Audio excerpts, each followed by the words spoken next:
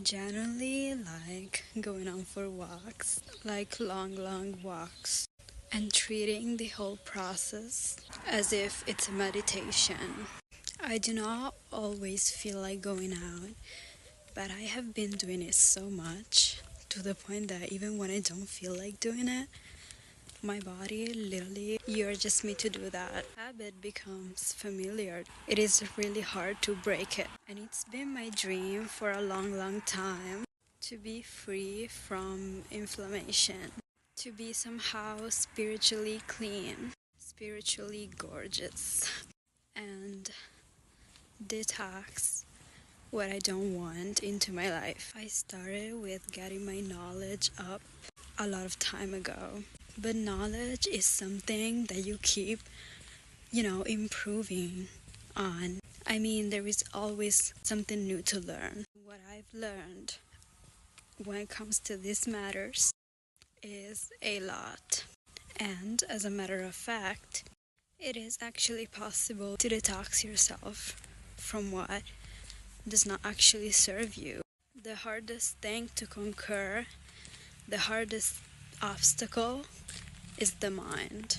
Once the mind is fixed, you are so close to your goal. Everybody wants to make a difference, but nobody wants to be different. Walking, moving your body is such a good thing for the physical, of course, but also for the mind. Because as I said, I treat it as a sort of meditation. Like I let my thoughts flow. I reflect a lot. And I'm surrounded by beautiful nature. And it's literally so healing.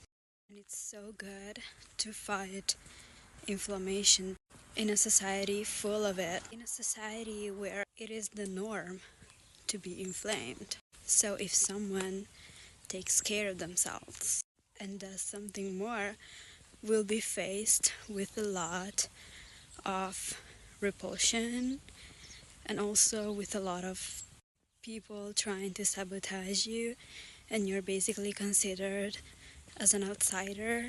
Your discipline and you're willing to improve is literally a threat. Your presence is triggering. You are object of envy. And once you accept the fact that you are different by doing what your body and your soul is actually supposed to do, and you're like, yeah, that's what I do. What about it? I mean, this is the only body that I have. Why do I have to treat it badly? Despite it being considered average, well, I guess I don't want to be average. I guess I'm not. And I have no desire to be whatsoever. Your diet is so important when it comes to your health. And the fact that we can choose what to put inside our body is like so insane to me. Like we literally can choose to be healthy or unhealthy because of our diets. I'm not talking about the extreme exceptions, of course. I'm talking about, you get what I'm saying. I have never been like, someone that eats a lot of sugar nor anything. Because I don't know how sugar is so normalized, but it definitely shouldn't because it's so harmful.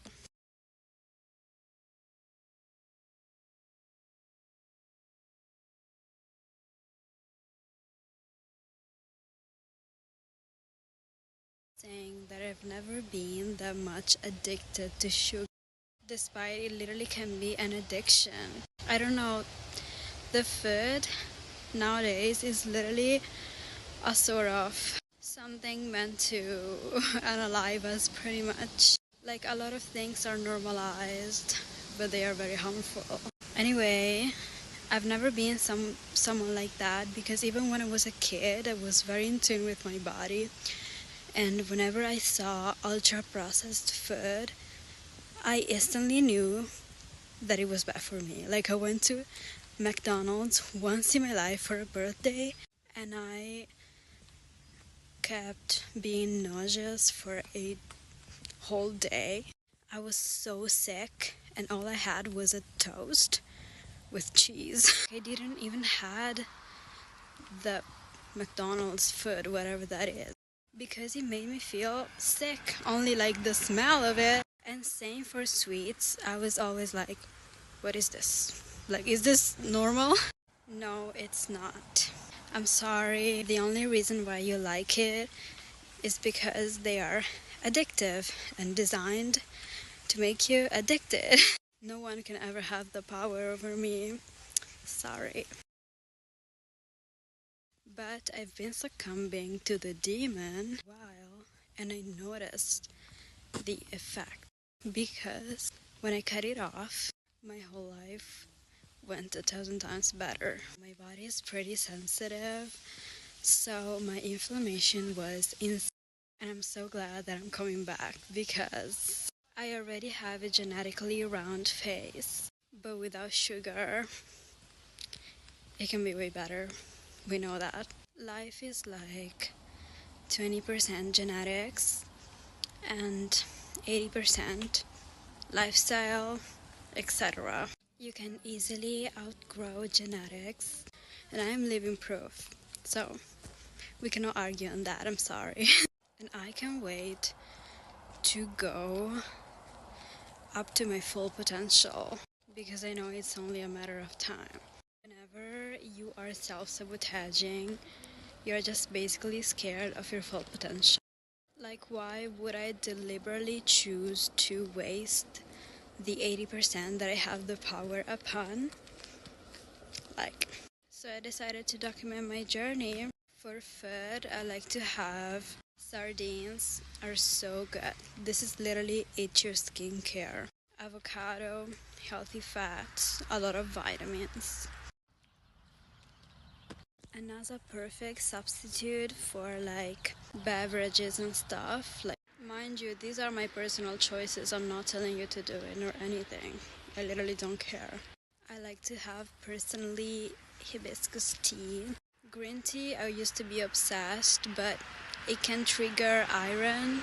It can trigger iron absorption, so I like to have it like maybe alone, or I still have it like way less than before. Or there are a lot of substitutes for like sugar, which is natural sugar, like fruit or like dried fruit is so good, in moderation of course. Like dates are so good. I like to have like dates with butter for extra energy, or dried figs, they're also so good. And like I have those things with tea if I want like to have something warm and sweet. But of course, you need to find your own. You need to be your own, you know? Each body has different needs. This is what I noticed works for me. And that's why I talk about it, because of course I can express this kind of things. I don't see anything wrong with it. And everyone has a different journey. With that being said, I'm going to proceed with my walk. Goodbye.